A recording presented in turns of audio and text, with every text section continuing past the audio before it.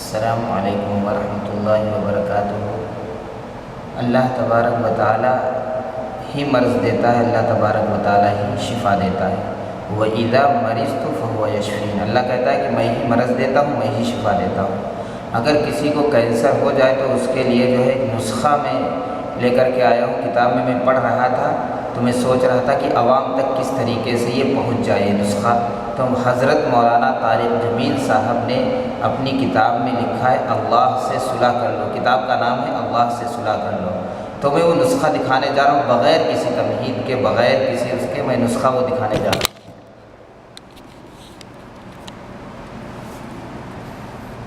یہ دیکھیے کتاب کا نام ہے اللہ سے صلح کر لو۔ یہ دیکھیے حضرت مولانا طارق جمیل صاحب، یہ کتاب آپ کو کتب خانے میں ہو سکتا ہے کہ انڈیا میں مل جائے، نہ پاکستان میں تو یہ دستیاب ہے۔ یہ دیکھیے مکتبہ ارسلان وغیرہ فون نمبر وغیرہ دیے ہوئے ہیں، آپ چاہیں تو جو ہے یعنی دیکھ سکتے ہیں۔ اور یہ صفحہ 156 پہ انہوں نے وہ نسخہ درج کیا ہے، یہ دیکھیے کینسر سے شفا کا نسخہ، صفحہ نمبر 156۔ ہم 156 پہ آپ کو لے چل رہے ہیں، 156 پہ۔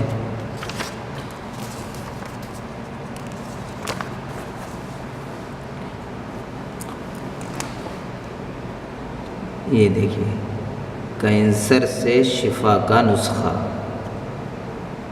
ایک عورت آئی لاہور میں، بڑے مالدار آدمی کی بیٹی تھی اور ابھی بھی زندہ ہے۔ اس کے جگر میں کینسر ہو گیا۔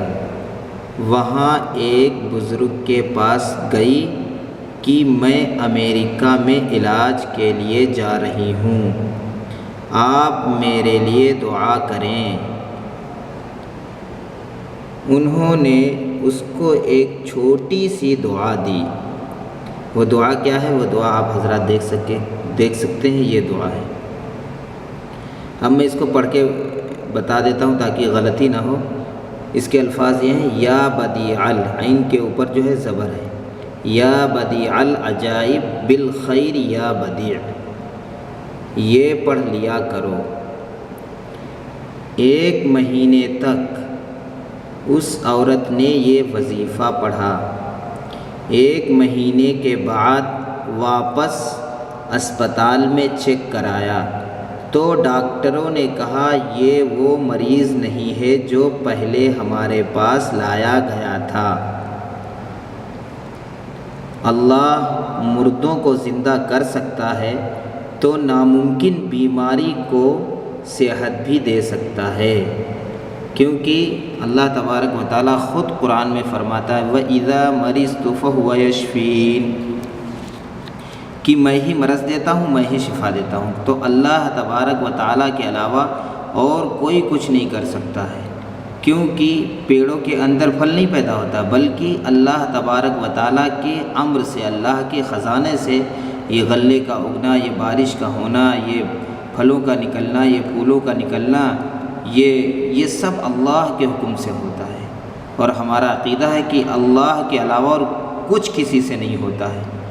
اور یہ اس پہ جو ہے ہم اپنے بچوں کو بھی بتائیں، سمجھائیں کہ جو کچھ کرنے دھرنے والی ذات ہے وہ اللہ کی ذات ہے۔ تو یہ نسخہ جو ہے حضرت مولانا طارق جمیل صاحب نے اپنی کتاب میں لکھا ہے، تو اس سے جو ہے جو بیچارے اس میں مبتلا ہیں وہ اس سے فائدہ اٹھا سکتے ہیں۔ اور یہ کتب خانے میں کتاب بھی مل جائے گی بآسانی۔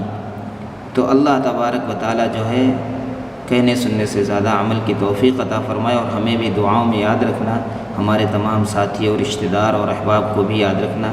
وآخر الدعوانا ان الحمد للہ۔